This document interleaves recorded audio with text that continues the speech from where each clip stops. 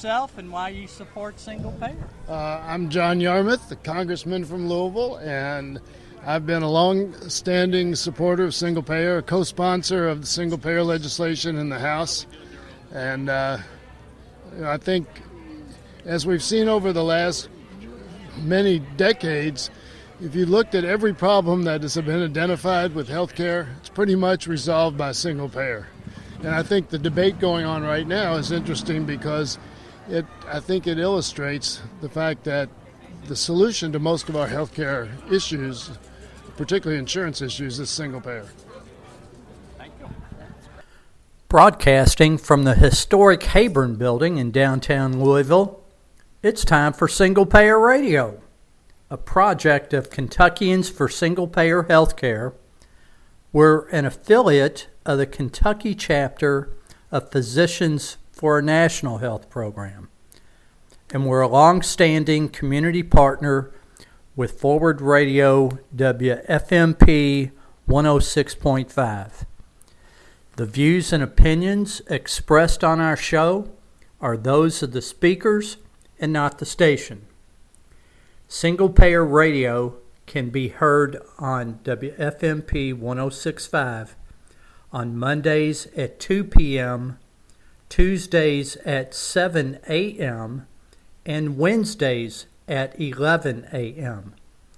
If you can't pick up our radio station, no problem. You can live stream us at forwardradio.org. If you miss a show or want to re-listen, you can do this at forwardradio.org and go to our archives there.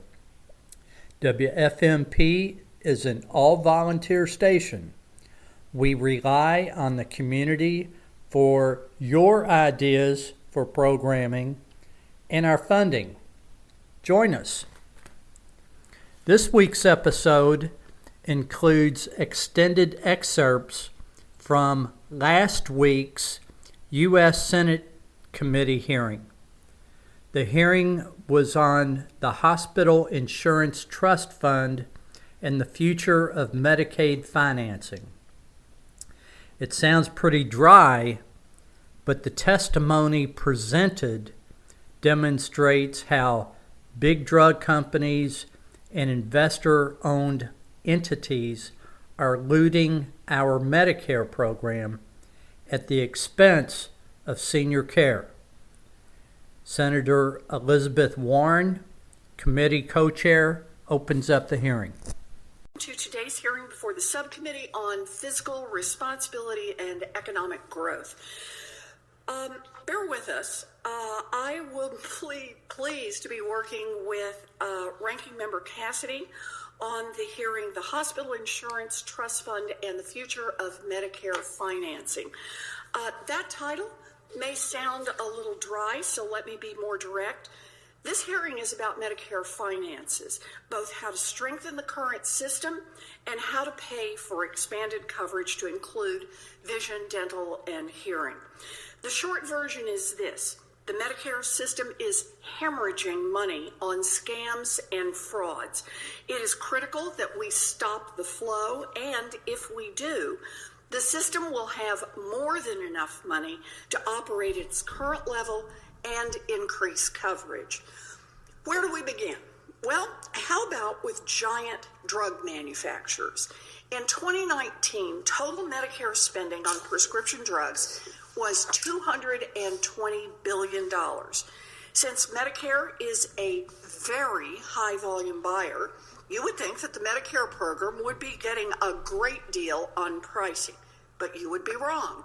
Because Medicare cannot negotiate prices, drug companies are able to rake in billions in profits. Now, that's bad enough, but the drug companies have more ways to juice their profits. They use anti-competitive tactics like pay for delay, product hopping, and patent thickening, all while antitrust regulators turn a blind eye. It's enough to gag a maggot. There is so much we could do to improve Medicare finances. For example, we could save Medicare as much as $130 billion over 10 years just by strengthening enforcement of our antitrust laws and ending just one type of the industry ripoffs. Or consider another option. We could rein in greedy private insurers that take advantage of the Medicare Advantage program. Now, Medicare Advantage was a backdoor effort to privatize the Medicare program. It was built on vague promises of cost savings, but instead, it has cost Medicare almost $150 billion extra over the past 12 years because greedy private insurers are gaming the program's rules, including its risk adjustment process, its benchmark policy, and its quality bonus program, all to squeeze more money out of Medicare and to drive up the costs for taxpayers. Medicare could save nearly $800 billion over 10 years just by ending these scams. Together, just those few changes alone would save Medicare over $900 billion over 10 years. And just to put that in perspective, the estimated shortfall in the Hospital Insurance Trust Fund is $517 billion between 2026 and 2031. And the cost of extending Medicare coverage to include dental, vision, and hearing to the program is just under $360 billion. In other words, we don't need to cut Medicare benefits. We need to cut out the scams that are bringing Medicare down. The number of corporate vultures hoping to feed on Medicare continues to grow.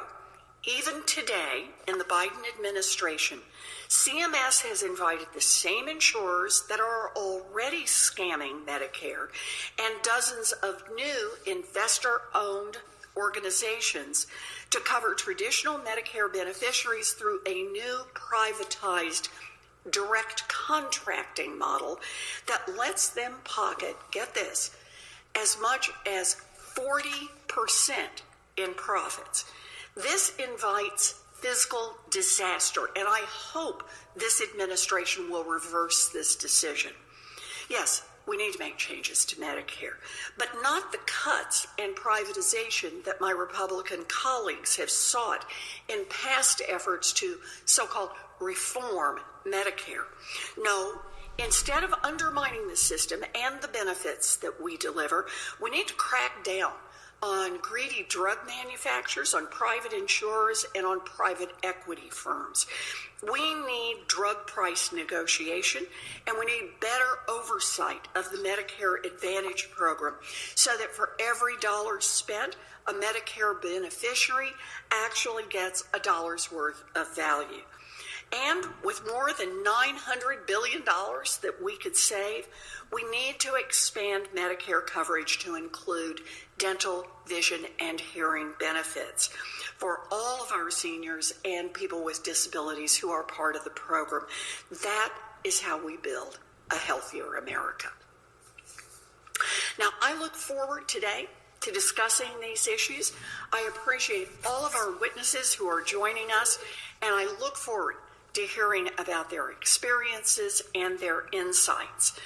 So, let's get started with the witness introduction. Ranking Member Cassidy is going to join us for his opening statement just a little bit later.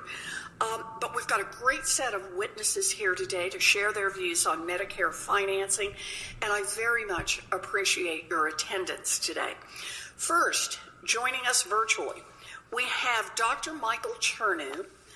Dr. Chernew is the chair of the Medicare Payment and Access Commission, which is the independent congressional agency that was established to advise Congress on issues affecting the Medicare program. Second, joining us remotely, we have Dr. Susan Rogers, the president of Physicians for a National Health Program. She is also an assistant professor of medicine at Rush University, and she recently retired from the Stroger Hospital of Cook County. Third, also joining us virtually, we have Professor Amy Kapczynski. She is a professor of law at Yale Law School and serves as faculty co-director of the Global Health Justice Partnership and the Law and Political Economy Project. Her research focuses on information policy, intellectual property, international law, and global health. Next, joining us remotely, we have Catherine Baker, Dean and Professor of the University of Chicago Harris School of Public Policy. Professor Baker studies the effectiveness of public and private health insurance, including the effect of reforms on the distribution and the quality of care. And then finally, our fifth witness joining us virtually, we have James Kapretka, Senior Fellow at the American Enterprise Institute and Senior Advisor at the Bipartisan Policy Center. So I want to thank you all for joining us here today. I look forward to hearing your testimony. Dr. Chernew, could we start with you, please? I recognize you for 5 minutes. Thank you, Chair Warren and Ranking Member Cassidy, senators and staff. Thank you very much for the opportunity to speak with you today on behalf of MedPAC about Medicare solvency and the future of Medicare financing.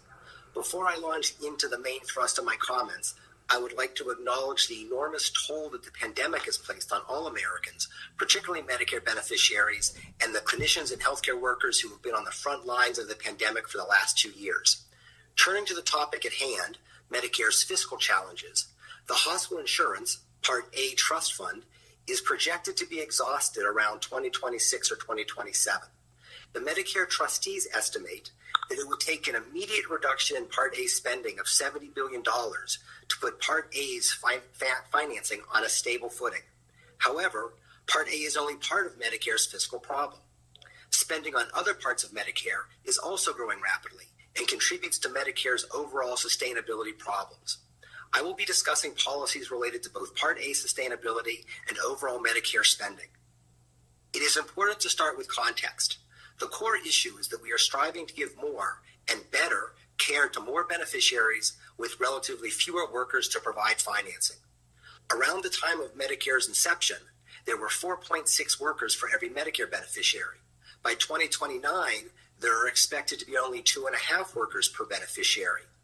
This demographic challenge heightens the need to avoid paying more than needed to support beneficiary access to high-quality services and to find ways to alter patterns of utilization to reduce spending while maintaining quality and access. My written testimony outlines recommendations that address traditional fee-for-service Medicare, Medicare Advantage, the Medicare Part D program. The first set of recommendations would reduce payments to certain providers that have historically been substantially overpaid under traditional fee-for-service Medicare. Most of these providers are funded through Part A, so these recommendations produce immediate savings for the Part A trust fund, and we assert that these payments will not compromise access to or quality of care. These recommendations appear in our annual March report. Shifting to the Medicare Advantage program. This program allows beneficiaries enrolled in both Part A and Part B to receive benefits from private plans rather than traditional fee-for-service Medicare. Medicare pays these plans a fixed monthly amount for each enrollee that is adjusted up or down to reflect the characteristics and medical conditions of that enrollee. Although Medicare Advantage plans are able to provide Medicare coverage at a cost below fee-for-service, Medicare pays plans more for their enrollees than they would cost in fee-for-service. This occurs for 3 main reasons. First, in low fee-for-service spending markets, MA payments are deliberately set at levels higher than fee-for-service spending to balance across markets access to MA plans and added benefits. Second, MA plans are paid more if they serve sicker beneficiaries, giving plans a strong financial incentive to identify as many diagnoses as possible. Providers do not have the similar coding incentives in traditional fee-for-service, resulting in a risk adjustment system that is poorly calibrated. Third, Medicare pays Medicare Advantage plans more for achieving higher ratings in the Medicare Advantage Quality Bonus Program, but we have found that this program likely does not lead to better outcomes for Medicare Advantage enrollees. If Medicare Advantage plans can provide the Medicare benefit for less than traditional fee-for-service, Medicare should pay them in a manner that allows the program to share in those efficiencies. This follows the general principle that if suppliers of goods and services can do so at a lower cost, payments should go down. MedPAC has made several recommendations to address the rates paid to Medicare Advantage plans that involve reforms to how benchmarks are calculated, the methods for adjusting payments to reflect diagnostic coding, and the structure of the quality bonus program, all of which are described in more detail in my written testimony. Moving to the Part D program, the Commission has long recognized the clinical value of prescription drugs and the importance of Part D in promoting access to needed medications. Part D is administered by private plans that receive a mix of capitated payments and cost-based reinsurance subsidies to finance the pharmacy benefit. The reinsurance payments occur after an enrollee's prescription drug costs reach the catastrophic phase of the Part D benefit, shifting the cost liability onto the Medicare program. Medicare's payments for reinsurance have grown considerably, rising from less than half of the capitated payments in 2007 to nearly 5 times as large by 2020. The design of the Part D program could be altered to both save money for Medicare and improve incentives around prescription drug pricing, plan design, and out-of-pocket spending. Our June 2020 report to the Congress outlines a comprehensive recommendation to redesign the Part D benefit to accomplish these goals. In closing, thank you very much for the opportunity to talk with you today. MedPAC stands ready to help you address the difficult fiscal challenges faced by Medicare. We look forward to continued discussions, and I'm happy to answer any questions you have. Thank you. Thank you, Dr. Chernow. And now, would you like to do your opening statement, or you want me to do one more of our witnesses? One more of our witnesses. Good. Thank you, Dr. Chernow. Dr. Rogers, I'd like to recognize you for 5 minutes, please. Thank you so much, and thank you for inviting me to join this hearing on this topic. My name is Dr. Susan Rogers, and I am a general internist from Chicago, Illinois, and I'm president of Physicians for a National Health Program, which is a national organization of more than 24,000 doctors that advocates for a single-payer healthcare system.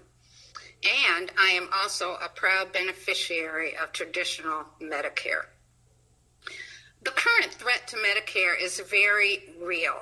What we now call traditional Medicare was created in 1965 to provide a safety net for seniors and the disabled, many of whom lived in poverty, and to provide equity in health care when it effectively desegregated our nation's hospitals. Today, even though it is the most popular, effective, and efficient health program in our nation's history, traditional Medicare is at risk of being sold off to the highest bidder, with no input from seniors, health providers, or even members from Congress.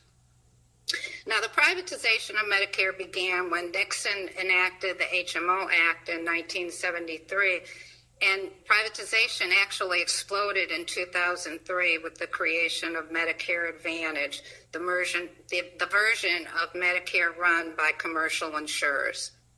The common thread among these privatization experiments is the theory that inserting a middleman between Medicare and its health providers, between physicians and patients, will somehow save money or improve care. However, it has failed at both. In fact, researchers estimate that Medicare overpaid Medicare Advantage insurers by more than $106 billion from 2010 through 2019, and that's money that could have been spent on seniors' care. Despite decades of failure, CMS launched a new model of Medicare privatization called the direct contracting. And instead of paying doctors directly, Medicare pays third-party middlemen called direct contracting entities, or DCEs, a set amount to manage seniors' health. DCEs are then allowed to pocket what they don't pay for in services, which is a dangerous financial incentive to restrict and ration seniors' health care. If you haven't heard of direct contracting, that's by design. It was created in 2019 by the CMS Innovation Center, also called CMMI, which is authorized to conduct payment experiments and scale them up to all of Medicare without input from Congress. Virtually any type of company can apply to be a DCE, including commercial insurers, venture capitalists, or physician groups. Seniors in traditional Medicare can be automatically assigned to a DCE without their knowledge or understanding if their primary care provider is affiliated with a DCE. Then the only way for a senior to opt out is to change primary care physicians, making this actually a bait and switch program for seniors. Forcing seniors to switch physicians is not only a terrible burden, but it undermines the importance of the patient-physician relationship that clearly DCEs don't acknowledge. The new model program that DCE middlemen will somehow lower costs and improve coordination of care. But former CMS and CMMI officials estimate that DCEs may spend as little as 60% of their Medicare payments on patient care, keeping the other 40% as profit and overhead. How this is an improvement on traditional Medicare, I don't know, since Medicare spends 98% of its funds on health care. As a physician, I understand that it is my duty and responsibility to help make the care decisions along with my patients and then coordinate that care. That role is not for investors to take from us. They do not coordinate care, they coordinate payment. Medicare was designed as a lifeline for American seniors and adults living with disability. We cannot let it become a playground for Wall Street investors. If middlemen in healthcare actually save money and improve outcomes, the U.S. wouldn't have the most expensive and ineffective healthcare system in the world. We don't need to put seniors through another failed experiment to prove this. So like an old African proverb says, if you keep doing what you've been doing, you'll keep getting what you already got. So we need to get back to what we know works, and that is traditional Medicare. Thank you so much. Thank you, Dr. Rogers. Professor Kapczynski, I recognize you for 5 minutes. Chair Warren, Ranking Member Cassidy, and distinguished members of the subcommittee, I appreciate the opportunity to testify today. My name is Amy Kapczynski. I teach at Yale Law School, and today I want to talk about the problem that high drug prices and abuses of monopoly power pose for the Medicare program and for Medicare beneficiaries. In the last year, close to 40% of Americans reported that they did not take a medicine as prescribed because of the cost. This is nothing short of a crisis, and it's driven by drug prices that have been rising unchecked for decades. From 1980 to 2018, pharmaceutical spending increased more than tenfold in real terms, so excluding economy-wide inflation. Just last year, more than 100 drugs saw price increases beyond inflation. We've seen old drugs like insulin rise hundreds of percent in recent decades. The average new cancer drug in the United States today costs more than $175,000. And these prices for old and new drugs do not reflect in any logical way the benefits or the R&D costs. So for Medicare patients, high prices translate into unaffordable coinsurance bills and deductibles and rising premiums. So one recent study, for example, showed that seniors on Medicare who have common chronic conditions like diabetes saw their out-of-pocket drug costs rise by over 40% between 2009 and 2019. Seniors can't afford these costs, and we're seeing people delay treatment and even die as a result. High drug prices are also a major challenge for Medicare financing. So as Senator Warren mentioned, we see about $220 billion in drug costs for Medicare, and bringing down costs can result in enormous savings. So just for one example, CBO estimated that the legislative proposals in H.R. 3, the Elijah Cummings Lower Drug Costs Now Act, would save the program about $50 billion a year on average. And if we curbed patent abuses, we could do still better. So why are drug prices so high in the U.S.? How should we think about this problem? The core is really quite simple. Drug companies have monopoly rights that permit them to set high prices, particularly when we have widespread insurance and also mandates even to cover monopolized products. Companies also engage in anti-competitive conduct that exacerbates the problem. So this is why, though most prescriptions in the U.S. are for generic drugs, spending is heavily concentrated on patented medicines. So just 7% of drugs in Medicare Part D drive 60% of the spending. And Medicare, of course, is forbidden by law from negotiating for lower prices. So the historic argument for these high prices has been R&D, but unfortunately prices we know are not set in relationship to R&D. They're set according to what the market can bear, and that's not about R&D costs, but it's about market power. So we see that the largest pharmaceutical companies, for example, spend significantly more, in some cases twice as much, on marketing as they do on R&D, even in a global pandemic. We see old drugs like insulin, no new innovation, rising dramatically in prices, and we see exploitative anti-competitive conduct like pay-for-delay deals to keep generic drugs off the market for several more years, or investment in patent lawyers rather than innovation to create thickets of patents that surround a drug and delay entry again of generic competition. So there's a lot of concern in Washington today about inflation, and it's worth noting that this is a fundamentally inflationary environment, and it has been for a long time. And I think it's worth stressing two things about this. One, it's very clear in this context that we're seeing inflation due to unregulated monopoly power. Two, it's causing enormous pain to ordinary Americans. And three, we know how to solve it, in fact, and without causing sector-wide pain as other approaches might. So I want to just then come to several recommendations. We do actually know how to solve this problem. Many other countries, in fact, all other industrialized countries, have systems of fair pricing for medicines. Borrowing from those, we've had proposals that have become very well developed now, and we should draw upon these and ensure that to protect the future of the Medicare program and the future of Medicare beneficiaries, that Congress passes legislation that's going to curb high launch prices by enabling HHS to negotiate fair prices, and think about fair prices by looking at R&D costs, how much public funding there was, what the investment risk was, the benefit of the drug, all of those things, and then backing up those negotiations with strong enforcement measures. For example, the ability to allow generic competitors into a market if a company refuses to sell. We should also have legislation that penalizes price spikes to prevent price gouging on existing drugs. We should explore legislation to curb anti-competitive patent thicketing, and that would strengthen rules against pay-for-delay settlement deals. And we should also critically provide the FTC with more resources and authority to address anti-competitive conduct in this sector. Thank you. Less of them. And right now, Which would Medicare spends too much money on prescription drugs. The program is barred from negotiating prices, which means that seniors and taxpayers pay way too much just to improve the profits of giant drug companies.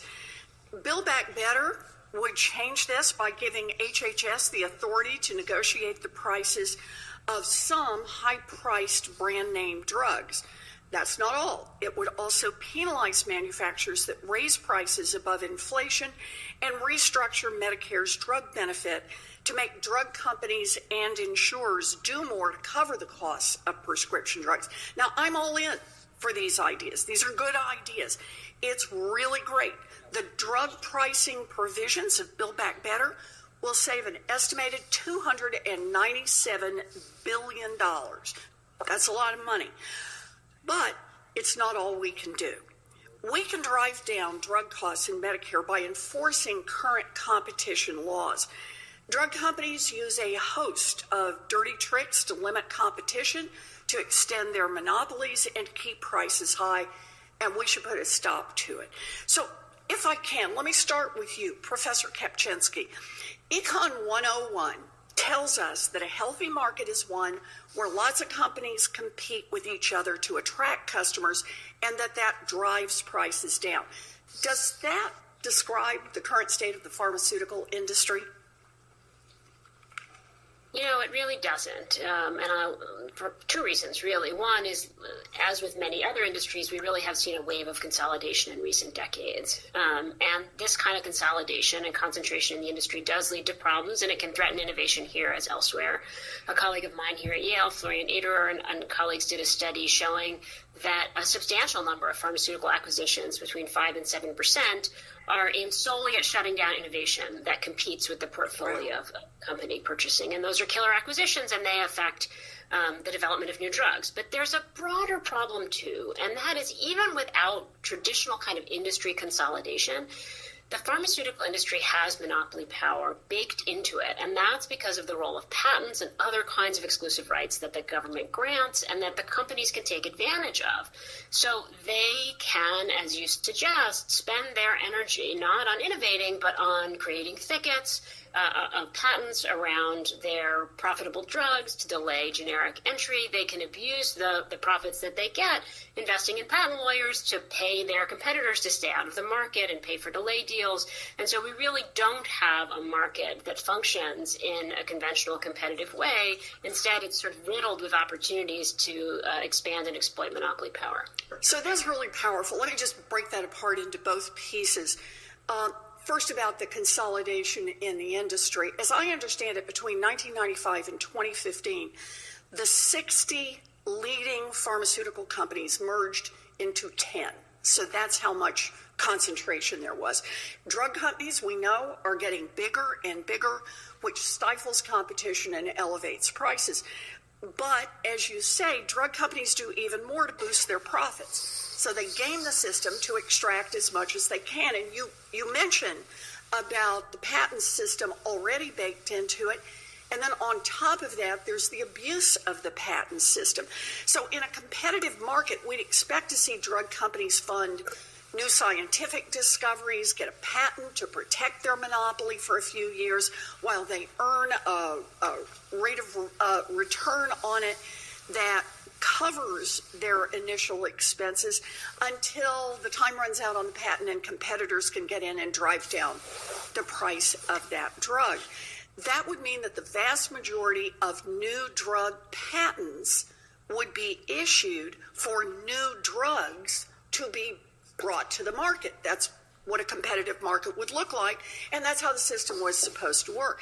Professor Kapczynski, is that how the system works? Are new patents more likely to be issued for new drugs coming onto the market, or are they mostly issued for old drugs that are already being sold?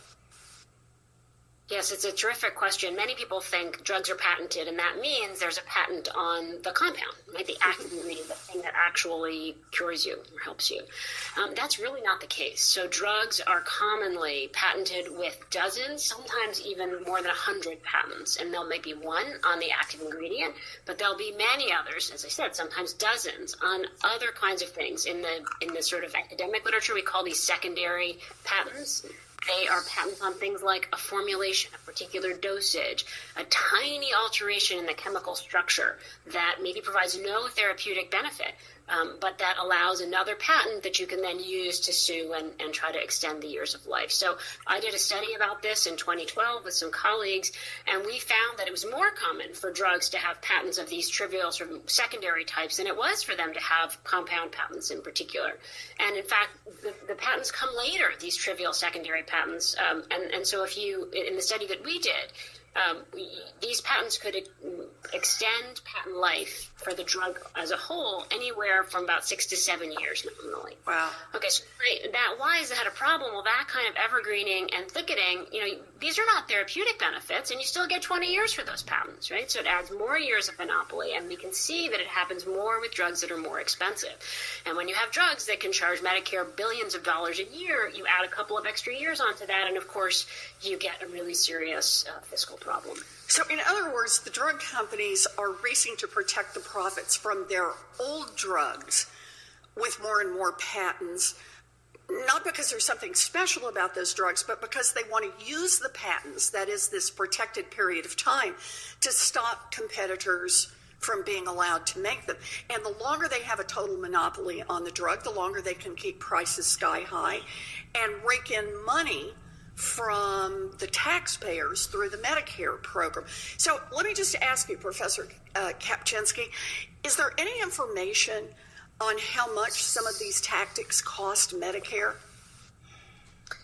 There is. There have been a few studies of this. One found that for a drug that was made by AbbVie called Humira, that delayed generic entry for that just one drug cost Medicare over $2 billion between 2016 and 2019. There was another study that just came out about delayed generic entry of a multiple sclerosis drug, and that cost Medicare up to $6.5 billion in excess spending over 2 years. And as you say, this is a problem because we're also incentivizing, this system incentivizes companies to do trivial innovation instead of really substantial innovation, and is costing Medicare billions of dollars. So just two drugs that you mentioned, that's $8.5 billion in excess Medicare spending just from two drugs. So I understand that there's another trick that the drug companies use, and that's called pay-for-delay schemes, in which they pay potential competitors not to produce generic versions of a drug because the generic version would undercut prices for their own drugs. Professor Kapczynski, is there any research on how much these pay-for-delay schemes are costing Medicare? Yes, there's actually been some research on that as well. And once again, we're talking billions of dollars. So a professor named Robin Feldman recently did a study that calculated that pay-for-delay deals cost the federal government between $2.3 and $13.5 billion as measured by list prices. So that's a tremendous savings there as well if we could really curb these attempts to keep generic companies off the market. Right. So that could be $130 billion over 10 years, enough to pay for hearing and vision benefits for all Medicare beneficiaries. So I think of this as, imagine if we put an end to all these tactics and force drug companies to actually function in a competitive market, we generate even more savings. And that's not counting the savings that taxpayers could get from Medicare actually being able to negotiate prices.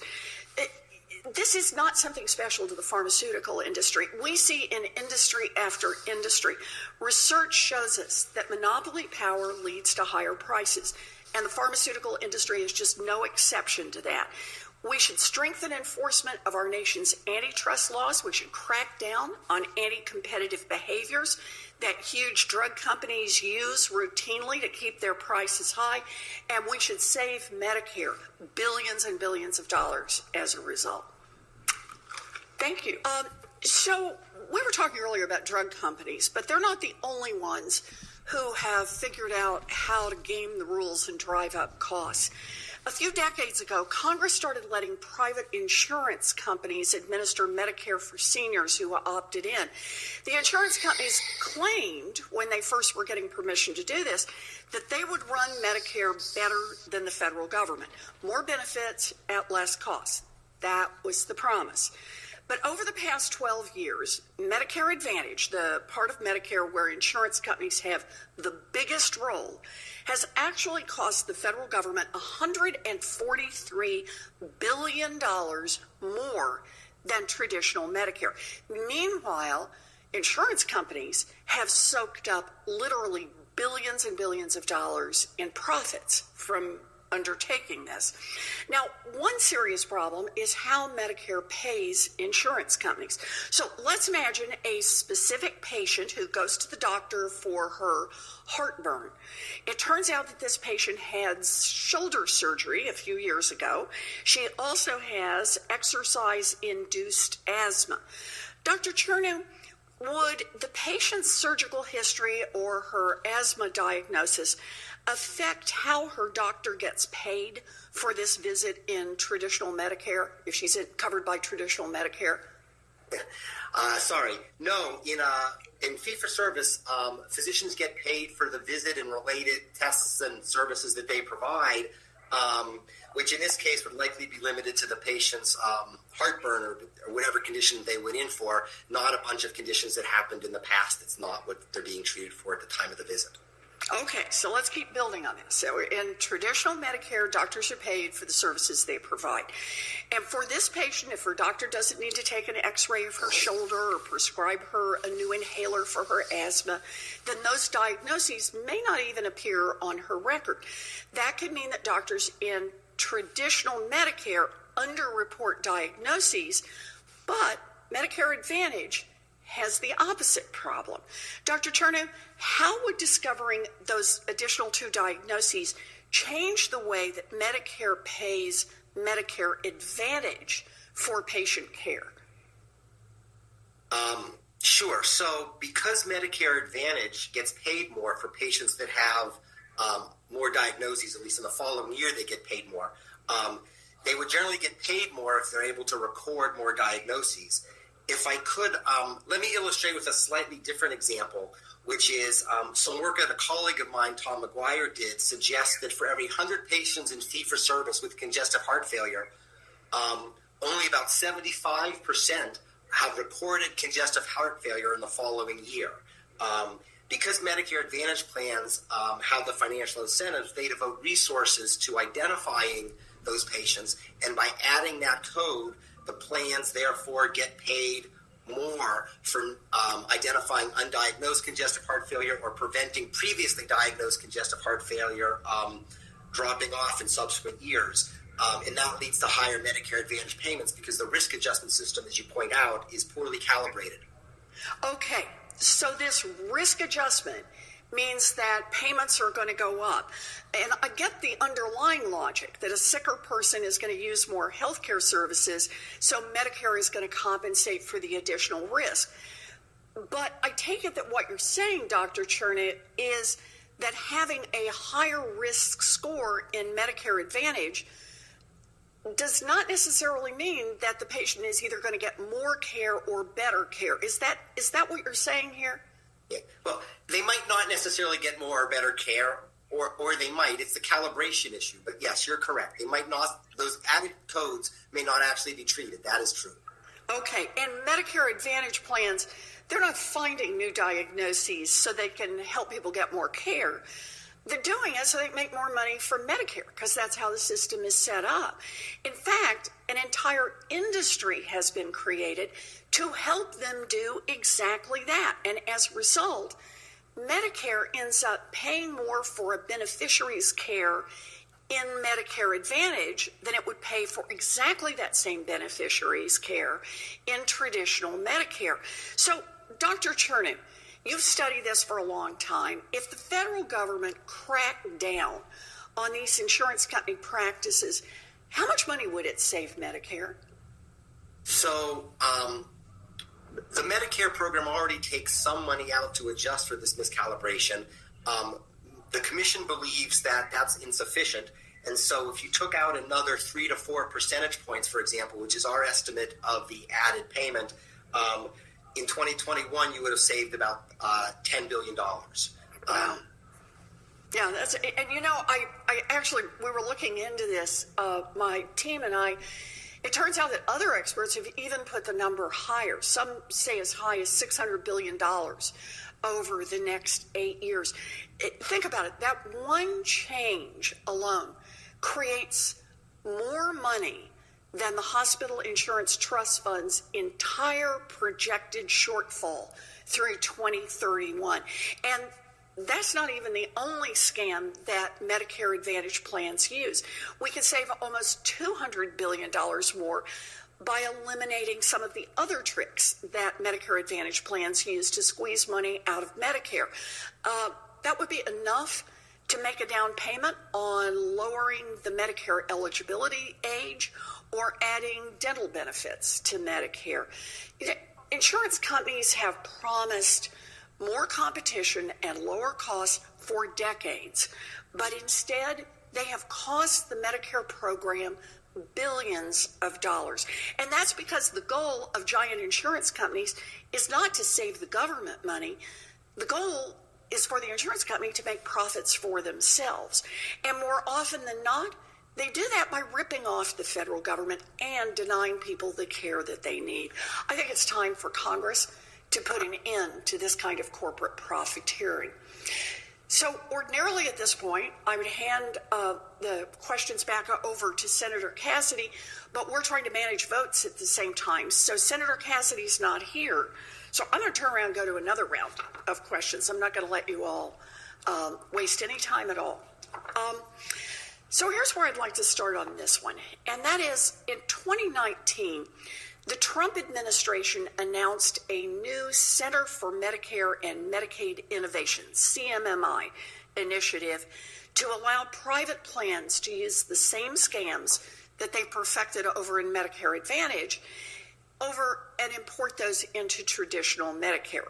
Once again, driving up costs for taxpayers. Now, under CMMI's direct contracting model, Medicare beneficiaries will be assigned to a direct contracting entity. We heard about this earlier in direct testimony here. These are called DCEs. And like the insurance companies in Medicare Advantage, DCEs will receive a fixed payment to cover the beneficiary's care. But then they get to pocket virtually all of the money that they don't spend on patient care. This has set off a global gold rush on Wall Street. So beneficiaries are enrolled in DCEs based on their primary care provider, so that insurance companies, private equity firms, and institutional investors are scooping up primary care practices so that they can get in on the deal. And these investor-owned doctor practices use the same playbook as Medicare Advantage to squeeze more money out of Medicare. Dr. Rogers, you spoke about this, you have studied this. Of the 53 direct contracting entities that CMMI has already approved, how many are owned by private investors and insurance companies as opposed to hospitals, doctors, and other healthcare providers? Thank you, Senator Warren, for this question. There are 28 DCEs, and out of that, there are 28 DCEs that are investor-owned, and there are 6 that are owned by 4 Medicare Advantage insurers. So these are the ones that are there for the profit. And to me, there's clearly a conflict of interest if you are there to provide health care, but your mission is to make money. It's a conflict of interest, and it's not going to ever be equal. And unfortunately, who is going to lose are patients. Denial of care is the way they will control costs. They will limit access, pre-authorization. There's a lot of mechanisms that are there. One of the things that have been done too, and we talked about the upcoding and how, patients are made to look sicker. It's embedded in the software. So as a physician, I can't sign off on a chart until I've clicked enough boxes so that they can upcode. Wow. So it's part of the infrastructure now, so that it's not what I want to diagnose them as their provider or their physician. It's embedded there in the structure. And this is by design. I mean, what you're talking about when you say it's embedded in the structure, the majority of these DCEs are investor-owned, and CMS has said that one of its goals for the direct contracting model is to bring in organizations, and I'm going to quote them here, that currently operate exclusively in the Medicare Advantage program, to bring that into traditional Medicare and to make the deal even more attractive for these private actors. CMMI has weakened key guardrails that will allow insurers and investors to pocket even more profits through the direct contracting model than they can now do in Medicare Advantage. So let me ask another question around this. Under Medicare Advantage, plans are legally required to spend at least 85% of their revenues on patient care. Essentially, sets a 15% cap on total profits. So, Dr. Rogers, does the same cap exist in DCE programs? Well, it's a very much smaller cap, I can tell you that, because the DCEs only have to they can keep up to 60%. So that's right. So in other words, they can make 40% in profits. They need to spend 60%. I had that backwards. Yeah. They need to spend 60%, but they are able to keep 40%. So that's, when we talk about trying to control costs, they're not adding anything to care. These are investors. They know nothing about healthcare delivery. These are investors who are making money. And to me, I think healthcare should be off the buffet table when investors come in and decide what they want to put on their plate. But, For them. I want to say on this, I support coordinated care, and I appreciate the potential that coordinated care models have to lower costs and improve the quality of care. But give me a break on what's happening here. Wall Street is not racing to buy up clinics because they want to expand coordinated care models and limit profits. Private equity and insurance companies want the eye-popping profits that are possible when the federal government lets them pocket whatever it is they can avoid spending on seniors and people with disabilities who need health care.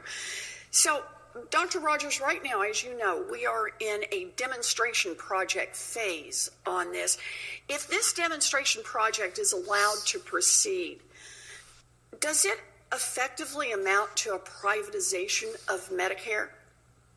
Totally. If you look at our healthcare system now, Medicaid is very much privatized, private insurance is privatized, there's several other things, and then the other big one is Medicare, which is becoming privatized. And by privatized, I mean public monies are going into an entity and giving total control of that entity to those dollars. Yeah. That is complete privatization.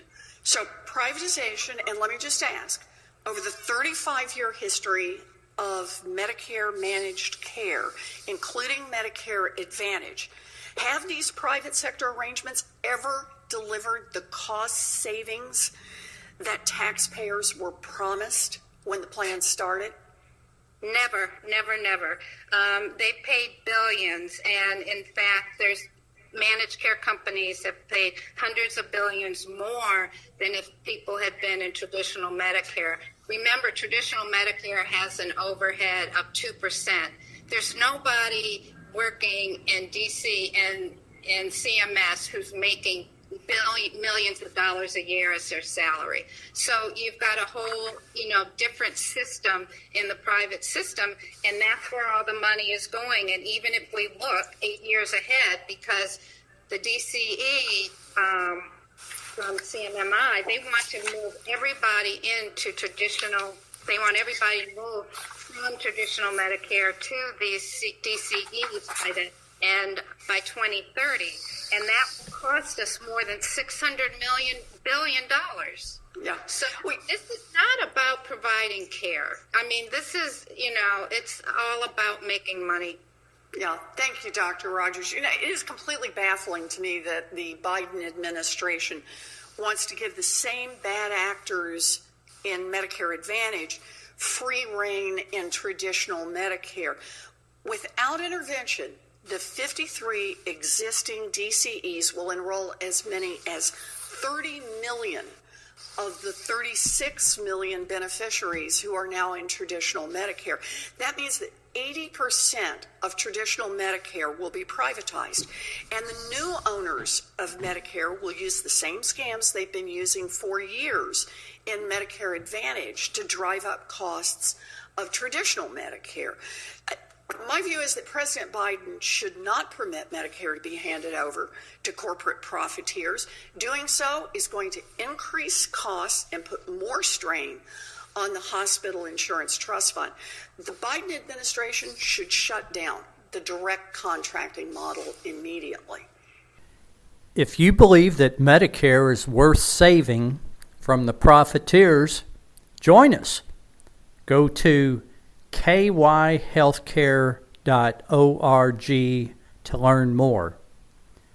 If you believe that healthcare is a human right, check. We do too. Go to kyhealthcare.org. Kay Tillow is our chairperson. You can contact Kay directly at nursenpo@aol.com. That's nursenpo@aol.com. You can sign up for our newsletter and meeting invitations. Our meetings are held virtually due to COVID. So, for Single Payer Radio, I'm Mark McKinley. Thanks for listening. So I'm a nursing major, and I've seen healthcare from multiple sides, and it's a lot more expensive to come in to an emergency room and be treated for exacerbation of like a lung disease or a kidney disease, when that could have been prevented a long time ago if you had been going to your clinic normally. But some people, if they don't have health insurance, they can't do that. So it's really important to reach out and try to get basic forms of healthcare for people that may not be able to pursue it themselves. So you have to extend your reach. Very good. Thank you very much. Oh, I'm Sarah, and I think that single-payer healthcare should be in the U.S. because it works really well in other countries, and I believe that healthcare is like a right, not a privilege, and everyone should have access to healthcare, especially in a really advanced country like the U.S. Good deal. Thank you, Sarah. Thanks. Perfect. Okay. Thanks, Angela. Jay, why would you support a single-payer system? Well, I think that's the only way forward. We lag far behind any of the other industrialized countries. I think healthcare is a right. I don't think it should be something that's for profit. I don't think someone should have to choose between paying their bills and getting medical care. It's the only way forward for this country. We could see while the ACA, it's good it made advancements, and it does need to remain in place for the time being. As we've seen, putting healthcare in the hands of for-profit companies just doesn't work. It makes human life a profit motivator. Yeah. A commodity. Yeah, a commodity, yes. Yeah. Okay, good deal. Thanks, Jay. Appreciate it. I'd rather not. Thank you, though. Hi, my name is Amanda Groves, and I live in Benton, Kentucky. I depend upon the ACA because right now I'm not a full-time employee. I work part-time. I'm a substitute in the schools, and I'm also a student in seminary pursuing a second career, which I am very excited about. So it is because of ACA that I have the freedom to pursue my dream, do something different, and look out for my family. My husband has health issues. He can't drive, and he has several medical appointments, so it would be very hard for me to work a full-time job. So it has been very beneficial to me. I get supplements from the government. I'm not on Medicaid, but I do get some help from the government, but I still have a pretty high premium, pretty high deductibles. And so I still have medical bills, so that it is not a free ride. And so single payer would be the best answer for everyone involved. Even though I have insurance, I have really bad knee issues. They need to be replaced, but I can't do it because I do not have the funds saved up to do something like that, to commit myself to something like that. So single payer would allow me to live my life to the fullest.